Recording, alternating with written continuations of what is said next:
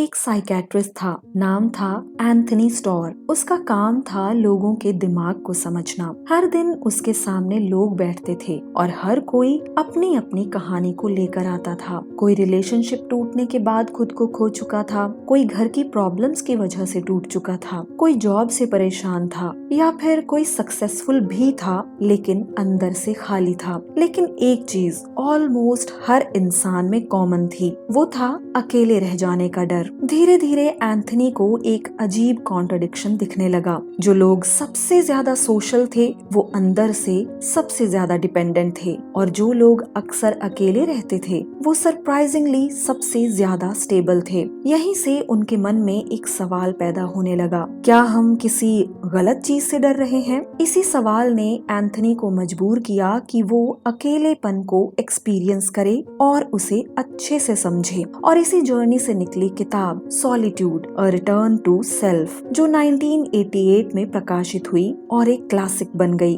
और आज इसी किताब की समरी हम आपको सुनाने जा रहे हैं। इस किताब को मैंने 15 हिस्सों में बांट दिया है, जो कि धीरे धीरे आपको बताएंगे कि आपका अकेलापन आपके लिए आपकी सबसे बड़ी ताकत कैसे बन सकता है। जैसे कि एंथनी ने धीरे धीरे ये समझ लिया कि अकेलापन हमें किसी भी तरह का दर्द नहीं देता, बल्कि अकेलापन आपको सच से रूबरू करवाता है, और शायद इसी वजह से हम उससे भागते हैं। मेरे चैनल शीतल स्पीक्स पर आज जितने भी अकेलेपन से पीड़ित या फिर खुद को अकेला महसूस करने वाले लोग इस समरी को सुन रहे हैं, वो आज कुछ ऐसा जानने वाले हैं जो वो पहले नहीं जानते थे, और जिससे उनकी जिंदगी को नए मायने भी मिल सकते हैं। इस किताब की शुरुआत होती है एक गहरी स्टेटमेंट से, जिसके मुताबिक the capacity to be alone is a sign of emotional maturity, यानी अकेले रहने की क्षमता दरअसल इंसान की भावनात्मक परिपक्वता का संकेत देती है। जब कोई इंसान किसी बाहरी सहारे के बिना किसी और के सहारे के सिर्फ अपने साथ समय बिताकर भी सहज और स्थिर रह पाता है, तो इसका मतलब है कि उसने खुद को समझना शुरू कर दिया है। उसे हर समय वैलिडेशन या फिर किसी के साथ की जरूरत नहीं होती, क्योंकि उसका संतुलन अंदर से आता है। ऐसे लोग परिस्थितियों से कम हिलते हैं, क्योंकि उनका सहारा बाहर नहीं, उनके अंदर होता है। यही इनर स्टेबिलिटी ही असली इमोशनल स्ट्रेंथ होती है। दोस्तों, मैं भी पिछले 7-8 सालों से अकेले रह रही हूँ। शुरू के 2-3 साल में तो डिप्रेशन तक का शिकार हो गई थी, लेकिन फिर मैंने पढ़ी ये किताब और उसके बाद मेरा अकेलापन मेरी सबसे बड़ी ताकत बन गया। तो चलिए शुरू करते हैं पहले चैप्टर से। Chapter 1, lost in the crowd. Anthony Storr ने अपने पेशेंट के साथ बैठते हुए एक सटल लेकिन गहरी बात को नोटिस किया। लोग बार बार यही कहते थे कि उन्हें अकेलापन महसूस होता है, लेकिन जब उनकी डेली लाइफ को ध्यान से देखा जाता था तो तस्वीर कुछ और ही निकलती थी। उनके पास फैमिली थी, फ्रेंड्स थे, कॉलीग्स थे, यानी टेक्निकली वो अकेले नहीं थे, फिर भी उनके अंदर एक अजीब सा खालीपन था। एक बार एंथनी ने अपने पेशेंट से सीधा सीधा सवाल किया, तुम्हें सबसे ज्यादा अकेलापन कब महसूस होता है? और जवाब आया कि जब मैं लोगों के बीच होता हूँ। यही वो पल था जहाँ चीजें साफ होने लगी। अकेलापन हमेशा फिजिकल नहीं होता, कई बार वो इमोशनल डिस्कनेक्ट भी होता है। एक ऐसी स्थिति जहाँ इंसान लोगों के बीच मौजूद तो होता है, लेकिन भीतर से जुड़ा हुआ महसूस नहीं कर पाता। सोचो, आप किसी ग्रुप में बैठे हो, सब हंस रहे हैं, बातें कर रहे हैं, लेकिन आप बस सिर हिला रहे हो, रिएक्ट कर रहे हो, जेन्युइनली किसी से भी कनेक्ट नहीं कर पा रहे। उस मोमेंट में आपको लगता है कि आप यहाँ से बिलोंग नहीं करते। एंथनी ने यहीं से एक बहुत इम्पोर्टेंट इंसाइट निकाला, आपको भी ध्यान से सुनना चाहिए। वो इंसाइट ये है कि हम अकेले इसलिए नहीं होते क्योंकि हमारे पास लोग नहीं हैं, हम अकेले इसलिए होते हैं क्योंकि हम कनेक्ट नहीं कर पा रहे होते। और यही रियलाइजेशन सबसे अनकंफर्टेबल है, क्योंकि इसका मतलब ये है कि प्रॉब्लम हमारे बाहर नहीं है,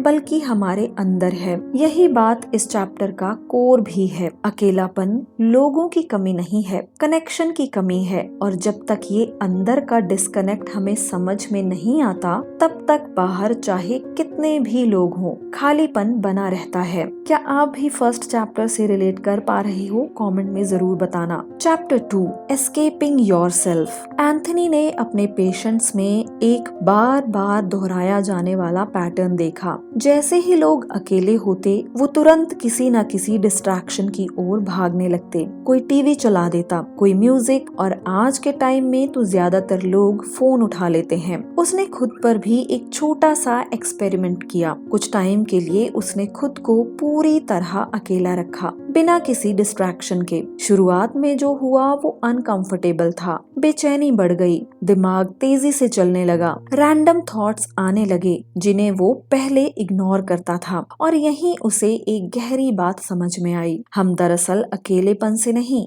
बल्कि अपने ही दिमाग से भागते हैं। जब साइलेंस आता है तो वो सारी बातें सतह पर आने लगती हैं जिन्हें हम लंबे टाइम से दबा रहे होते हैं। इसीलिए हम खुद को लगातार बिजी रखते हैं, ताकि हमें खुद के साथ बैठने का मौका ही ना मिले। एंथनी ने इसे बहुत ही साफ शब्दों में कहा। उसने कहा, साइलेंस अनकंफर्टेबल नहीं है, हमारा अनप्रोसेस्ड माइंड अनकंफर्टेबल है। इस चैप्टर का सार यही है कि अकेलेपन की असली परेशानी बाहर नहीं, अंदर चल रही है, अधूरी प्रक्रिया से, जिसे हम बार बार बचने की कोशिश करते हैं। चैप्टर नंबर 3 है conditioned to fear being alone. Anthony ने जब इस डर को गहराई से समझने की कोशिश की, तो उन्हें एहसास हुआ कि अकेलेपन का डर अचानक से पैदा नहीं होता। ये कहीं न कहीं बचपन से ही हमारे अंदर बैठाया जाता है। हमें शुरू से सिखाया जाता है कि अकेले मत बैठो, दोस्त बनाओ, हमेशा लोगों के अगल बगल रहो। धीरे धीरे ये सीख एक बिलीफ बन जाती है कि अगर मैं अकेला रहा तो मेरे साथ कुछ गलत हो जाएगा। यही बिलीफ हम बड़े होने के बाद भी अपने साथ लेकर चलते हैं, बिना कभी उसे क्वेश्चन किए। एंथनी ने ये बात अपने अंदर भी नोटिस की थी कि जब वो अकेले होते थे तो शुरुआत में उन्हें भी डिस्कम्फर्ट महसूस होता था, जैसे कुछ मिसिंग हो। लेकिन जब उसने उस डिस्कम्फर्ट से भागने के बजाय उसे थोड़ा टाइम दिया, उसे टॉलरेट किया, तो कुछ टाइम बाद वही अकेलापन क्लैरिटी में बदलने लग गया। उन्हें समझ आने लगा कि असली समस्या तो अकेलापन नहीं है, बल्कि उनकी कंडीशनिंग है, जिसने हमें ये मानने पर मजबूर कर दिया कि अकेला रहना गलत है। हमारा डर हमारे अंदर बैठे पुराने बिलीफ से पैदा होता है, और जैसे ही ये समझ आता है, अकेलेपन का मतलब हमारे लिए बदलने लगता है। Chapter number 4, where creativity is born. Anthony ने जब इतिहास के कई क्रिएटिव लोगों, राइटर्स, कंपोजर्स और साइंटिस्ट्स की लाइफ को गहराई से देखा, तो एक चीज उनके सामने बार बार आई। ये लोग अकेले रहने से नहीं डरते थे, बल्कि अक्सर जानबूझकर अपने लिए अकेले समय बनाते थे। कारण सीधा था, क्रिएशन भीड़ में नहीं होती। जब इंसान लोगों के बीच होता है तो वो ज्यादातर रिएक्ट करता है, लेकिन जब वो अकेला होता है तभी उसके अंदर कुछ नया पनपने लगता है। अकेला होने से इंसान दूसरों की एक्सपेक्टेशन से फ्री हो जाता है। ना कोई जजमेंट, ना कोई प्रेशर, ना कोई रोल निभाने की मजबूरी। एंथनी ने खुद अपने एक्सपीरियंस में देखा कि जब भी वो लिखने बैठते तो वो खुद को पूरी तरह से आइसोलेट कर लेते थे, और यही वो टाइम होता था जब उनके सबसे गहरे और मीनिंगफुल आइडियाज उनके सामने आने लगते थे। उन्होंने इस बात को बहुत ही सादगी से कहा है, अकेलापन खाली जगह नहीं है, ये वो स्पेस है जहाँ कुछ नया जन्म लेता है। इस चैप्टर में ये बताने की कोशिश की गई है कि सॉलिट्यूड सिर्फ खालीपन नहीं है, बल्कि एक ऐसी जगह है जहाँ क्रिएटिविटी और क्लैरिटी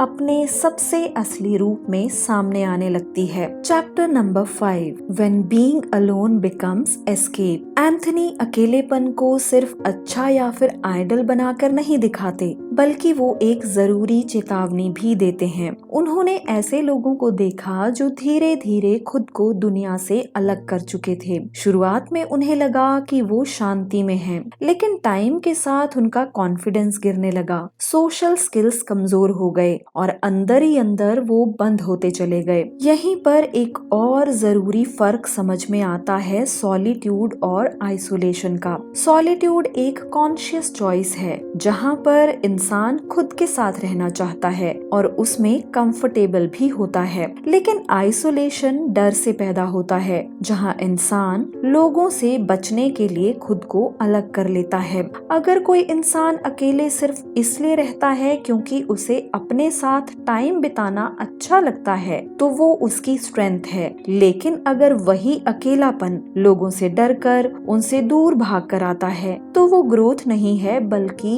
एस्केप मैकेनिज्म है। एंथनी का पूरा जोर इसी बैलेंस पर है कि अकेले रहना सीखो लेकिन दुनिया से कटकर नहीं। सॉलिट्यूड का असली मतलब लोगों से भागना नहीं बल्कि खुद को समझना है, ताकि जब तुम लोगों के बीच में जाओ तो तुम्हारा कनेक्शन और भी रियल और स्ट्रॉन्ग हो। Chapter number 6, learning to sit with yourself. Anthony Storr ने एक इम्पोर्टेंट बदलाव को पहचाना। जो साइलेंस शुरुआत में अनकंफर्टेबल लगता है वही धीरे धीरे बदलने लग जाता है। जब इंसान खुद के साथ बैठना सीख जाता है तो टाइम धीरे धीरे बदलने लगता है। शुरू में दिमाग में आने वाले थॉट्स भारी और बेचैन करने वाले लगते हैं, जैसे वो हमला कर रहे हों, लेकिन अगर उनसे भागने के बजाय उन्हें थोड़ा टाइम दिया जाए तो वही थॉट्स धीरे धीरे समझ में आने लगते हैं। एंथनी ने इस पूरे अनुभव को एक प्रोसेस की तरह देखा।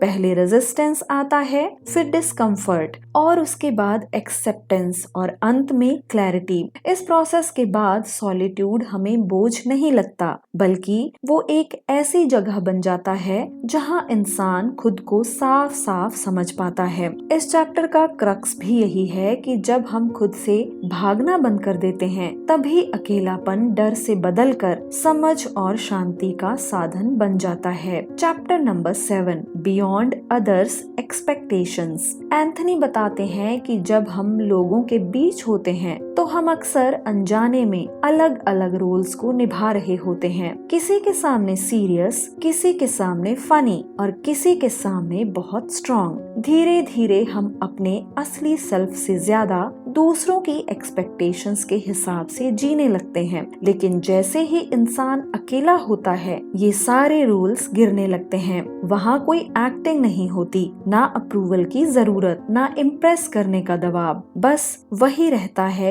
जो सच में होता है। यही वो मोमेंट है जहाँ इंसान पहली बार खुद को बिना फिल्टर के देख पाता है और समझना भी शुरू करता है कि वो असल में कौन है। सॉलिट्यूड हमें दूसरों की एक्सपेक्टेशन से बाहर निकालकर हमारे असली सेल्फ से मिलवाता है। Chapter number 8, building an inner world. Anthony ने एक दिलचस्प फर्क देखा कि कुछ लोग अकेले होकर भी कभी बोर्ड नहीं होते, जबकि कुछ लोगों के लिए वही अकेलापन भारी और असहनीय हो जाता है। इसका कारण बाहर की परिस्थितियां नहीं हैं, बल्कि अपने अंदर की दुनिया होती है। जिन लोगों का एक स्ट्रॉन्ग इनर वर्ल्ड होता है वो अकेले रहकर भी सोच सकते हैं, रिफ्लेक्ट कर सकते हैं और कुछ नया क्रिएट कर सकते हैं। उनके लिए अकेलापन खाली टाइम नहीं बल्कि प्रोडक्टिव स्पेस बन जाता है, जैसे कि मेरे लिए बन गया है। इसके विपरीत जिनका इनर वर्ल्ड डेवलप नहीं हुआ होता उनके लिए अकेलापन बेचैनी और बोर्डम लेकर आता है। इस चैप्टर में यही बताया गया है कि सॉलिट्यूड सिर्फ बाहर से अकेले बैठना नहीं है बल्कि अपने अंदर एक ऐसी दुनिया बनाना है जहां इंसान खुद के साथ एंगेज कर सके और ग्रो कर सके। चैप्टर 9 की तरफ बढ़ने से पहले आप सभी से रिक्वेस्ट है कि आप मेरे चैनल को सब्सक्राइब जरूर कर दीजिए। मुझे आपके सपोर्ट की बहुत ज्यादा जरूरत है। हो सके तो इस वीडियो को लाइक भी कीजिए और अपने दोस्तों के साथ शेयर भी कीजिए, या फिर उन लोगों के साथ मोटिवेशन के तौर पे शेयर कीजिए जो काफी टाइम से अकेले रह रहे हैं या फिर वो ये कहते रहते हैं कि वो बोर हो रहे हैं या फिर उनका मन नहीं लग रहा। चलिए सुनते हैं अब चैप्टर 9 को, क्लैरिटी इन साइलेंस। एंथनी ने देखा कि जब लोग कंफ्यूज्ड होते हैं तो वो तुरंत दूसरों से एडवाइस लेने लगते हैं, जैसे जवाब हमेशा बाहर ही मिलेगा। लेकिन कई बार सच्ची क्लैरिटी बाहर नहीं, अंदर से मिलती है। जब इंसान अकेले बैठकर खुद से ईमानदारी से बात करता है तो धीरे धीरे उसके अपने आंसर्स सरफेस पर आने लगते हैं। ये प्रक्रिया तेज नहीं होती लेकिन गहरी होती है, क्योंकि इसमें किसी और की राय नहीं बल्कि आपकी अपनी समझ शामिल होती है। एंथनी का कहना है कि सॉलिट्यूड आपको धीरे आंसर्स नहीं देता बल्कि आपको खुद से मिलवाता है, और जब वो कनेक्शन बन जाता है तो डिसीजंस अपने आप क्लियर होने लगते हैं। शांति में बैठना हमें बाहर की आवाजों से हटाकर अंदर की सच्चाई को सुनने का मौका देता है। Chapter number 10, addicted to distraction. Anthony ने लोगों में एक खतरनाक पैटर्न नोटिस किया। जितना ज्यादा लोग खुद को डिस्ट्रैक्ट करते जा रहे थे उतना ही वो अपने ही अंदर से दूर होते जा रहे थे। आज के टाइम में ये और भी साफ दिखता है, जहाँ हर खाली पल में हम तुरंत फोन उठा लेते हैं, जैसे साइलेंस से बचना जरूरी हो। लेकिन असली सवाल यही है कि अगर कोई इंसान खुद के साथ सिर्फ 10 मिनट भी शांत नहीं बैठ सकता तो क्या वो सच में फ्री है या फिर वो अपनी ही आदतों का कैदी बन चुका है। एंथनी का इशारा साफ है कि डिस्ट्रैक्शन सिर्फ टाइम बिताने का तरीका नहीं है बल्कि खुद से बचने का एक तरीका बन जाता है। जितना हम बाहरी शोर में खोते जा रहे हैं उतना ही हम अपने अंदर की आवाज से दूर होते जा रहे हैं। एंथनी यहाँ पर एक और वार्निंग देते हैं। कई लोग ये कॉन्सेप्ट सुनकर एक्सट्रीम पर चले जाते हैं कि मुझे किसी की जरूरत नहीं है, और फिर धीरे धीरे वो खुद को आइसोलेट कर लेते हैं। लेकिन ये सॉलिट्यूड नहीं है, ये डिफेंस मैकेनिज्म है। एंथनी साफ कहते हैं कि हेल्दी सॉलिट्यूड आपको दुनिया से जोड़ता है, अनहेल्दी आइसोलेशन आपको दुनिया से काट देता है। बैलेंस यही है, खुद के साथ कंफर्टेबल होना लेकिन लोगों के साथ कंप्लीटली डिस्कनेक्ट नहीं होना। Chapter number 11, when solitude becomes creativity. अब आती है पॉइंट की बात। एंथनी स्टोर ने जब अलग अलग क्रिएटिव लोगों, राइटर्स, कंपोजर्स और थिंकर्स की लाइफ को गहराई से ऑब्जर्व किया तो एक बात बार बार सामने आई कि लोग भीड़ से नहीं भागते थे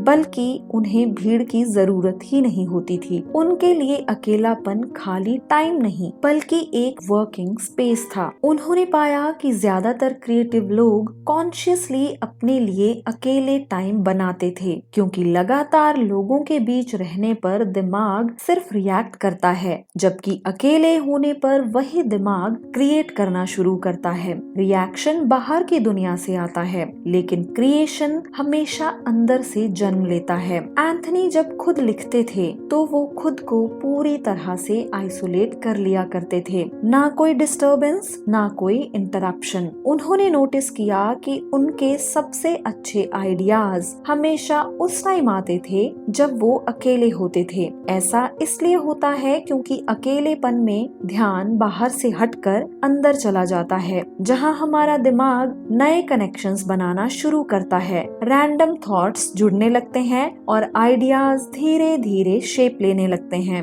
लेकिन अगर हर खाली पल को डिस्ट्रैक्शन से भर दिया जाए तो ये प्रोसेस शुरू ही नहीं हो पाता। एंथनी ने इस बात को साफ शब्दों में कहा है, क्रिएटिव प्रोसेस साइलेंस में ग्रो करता है, नॉइस में नहीं। अकेलापन खालीपन नहीं है बल्कि एक ऐसा स्पेस है जो पोटेंशियल से भरा हुआ है। बस शर्त यही है कि इंसान उसके साथ कंफर्टेबल होना सीखे। दोस्तों, आपकी चॉइस बहुत मैटर करती है कि आप अपने अकेलेपन में क्या कर रहे हैं। आप मेरा एग्जाम्पल ले सकते हैं। हो सकता है कि मैं अभी बहुत ज्यादा इन्फ्लुएंशियल नहीं हूँ, लेकिन मैंने अपने अकेले टाइम में किताबें पढ़ना चुना, मैंने लिखना चुना, मैंने खुद को चुना, अपने दिमाग को चुना, उसकी थॉट्स को सुनना चुना। आप भी इससे एग्जाम्पल ले सकते हैं और कुछ फ्रूटफुल क्रिएट कर सकते हैं अपने लिए और सोसाइटी के लिए भी। चलिए चलते हैं चैप्टर नंबर 12 की तरफ, the link between solitude and self respect. Anthony Storr ने देखा कि जो लोग खुद के साथ कंफर्टेबल होते हैं उन्हें हर टाइम वैलिडेशन की जरूरत नहीं पड़ती। वो बार बार ये नहीं सोचते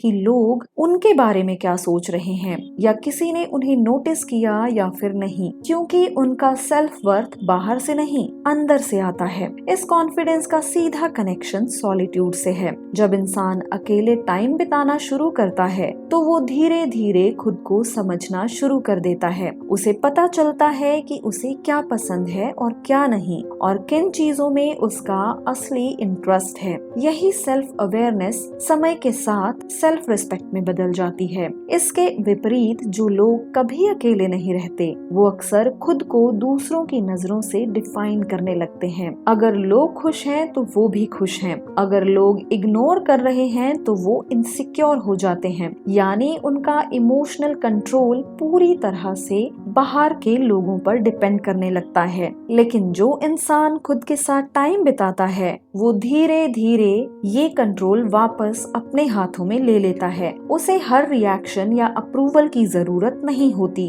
और यहीं से एक शांत लेकिन गहरा कॉन्फिडेंस विकसित होने लगता है। एंथनी इसे इस तरह समझाते हैं कि जब इंसान खुद के साथ सहज हो जाता है तो उसे खुद को प्रूव करने की जरूरत कम हो जाती है और यहीं से सेल्फ रिस्पेक्ट की शुरुआत होती है। Chapter number 13, why relationships improve with solitude. बहुत से लोग ये मानते हैं कि अगर वो ज्यादा टाइम अकेले बिताएंगे तो वो लोगों से दूर हो जाएंगे और उनके रिलेशनशिप्स कमजोर हो जाएंगे। लेकिन एंथनी ने इसका बिल्कुल उल्टा देखा है। उन्होंने पाया कि जो लोग खुद के साथ कंफर्टेबल होते हैं वो रिलेशनशिप्स में ज्यादा स्टेबल और बैलेंस्ड होते हैं। कारण सीधा है, वो डिपेंडेंसी कम रखते हैं। जब इंसान खुद को नहीं समझता तो वो दूसरों से एक्सपेक्ट करने लगता है कि वो उसे कंप्लीट करें और यही एक्सपेक्टेशंस धीरे धीरे प्रेशर में तब्दील हो जाता है।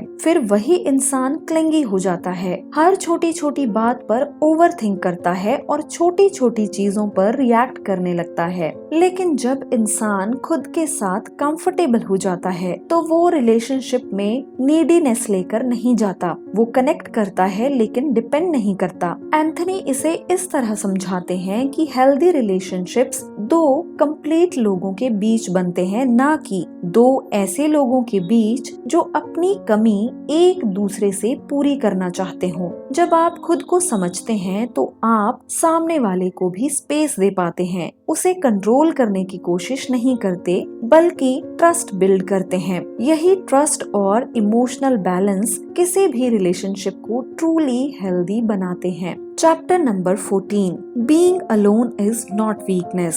समाज हमें अक्सर एक तयशुदा छवि दे देता है। जो इंसान ज्यादा सोशल नहीं है वो कमजोर है, जो अकेला रहता है वो लोनली है। लेकिन एंथनी इस बिलीफ को चुनौती देते हैं। उन्होंने देखा कि कई लोग जो हमेशा लोगों के बीच रहते हैं वो अंदर से इनसिक्योर होते हैं क्योंकि उन्हें अकेले रहने से डर लगता है। वहाँ कोई डिस्ट्रैक्शन नहीं होता, कोई एक्सटर्नल सपोर्ट नहीं होता, सिर्फ खुद का सामना करना होता है। इसके विपरीत जो इंसान अकेले रहने में कंफर्टेबल होता है वो खुद से भागता नहीं है और यही चीज उसे अंदर से मजबूत बनाती है। एंथनी के अनुसार असली स्ट्रेंथ ये नहीं है कि आप हर टाइम लोगों के बीच रह सकते हैं, बल्कि ये है कि आप अकेले रहकर भी इमोशनली स्टेबल रह सकें। यहाँ एक इम्पोर्टेंट फर्क समझना जरूरी है। अगर अकेलापन आपकी कॉन्शियस चॉइस है तो वो अकेलापन आपकी स्ट्रेंथ बनता है, लेकिन अगर वही अकेलापन डर या मजबूरी से आता है तो वो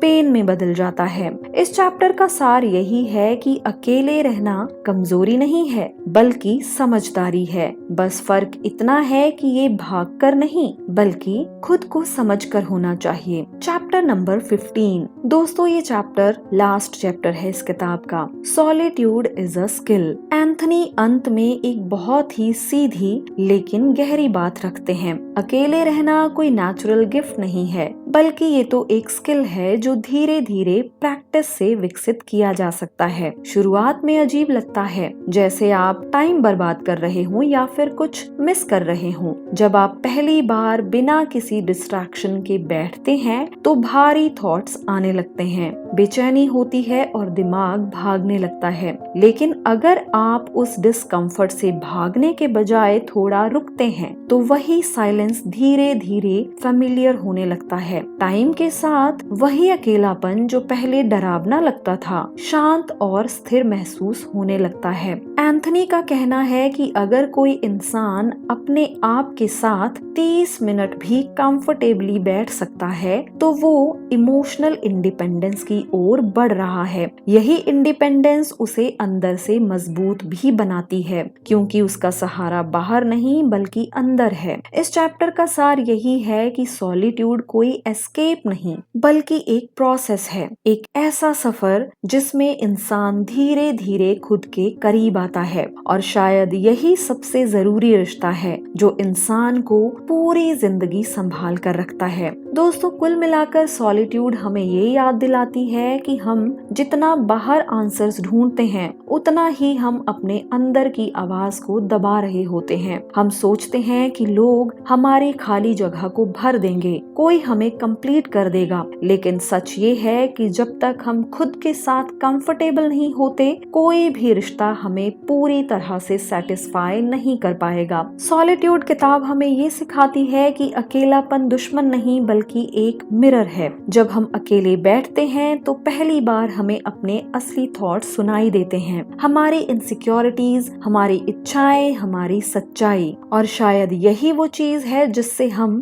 सबसे ज्यादा भागते हैं। लेकिन जब हम धीरे धीरे इस प्रोसेस को एक्सेप्ट करना शुरू करते हैं तो एक अजीब सी क्लैरिटी मन में आने लगती है। हम सोचने और समझने लगते हैं कि हमें क्या चाहिए और क्या सिर्फ हमारी आदत की वजह से हम किए जा रहे हैं। सॉलिट्यूड किताब हमें ये भी सिखाती है कि कनेक्शन की क्वालिटी क्वांटिटी से ज्यादा इम्पोर्टेंट है। आप 100 लोगों के बीच में रहकर भी अकेले हो सकते हैं और एक शांत कमरे में बैठकर भी पूरी तरह से कंप्लीट फील कर सकते हैं। अंत में बात बहुत सिंपल है, अकेलापन हमें तोड़ने के लिए नहीं आता, वो हमें अपने करीब लाने के लिए आता है। और जिस दिन हम ये समझ लेते हैं उस दिन अकेले रहने से हमें डर नहीं लगता बल्कि ये हमारी सबसे बड़ी स्ट्रेंथ बन जाती है। दोस्तों, आपको इस किताब की समरी कैसी लगी प्लीज कमेंट करके जरूर बताइएगा। आपको मेरा समराइज करने का तरीका कैसा लगा, एक्सप्लेन करने का तरीका कैसा लगा, प्लीज डू कमेंट और हमारे चैनल को सब्सक्राइब जरूर कीजिए। हमेशा सुनते रहें, सीखते रहें। धन्यवाद दोस्तों।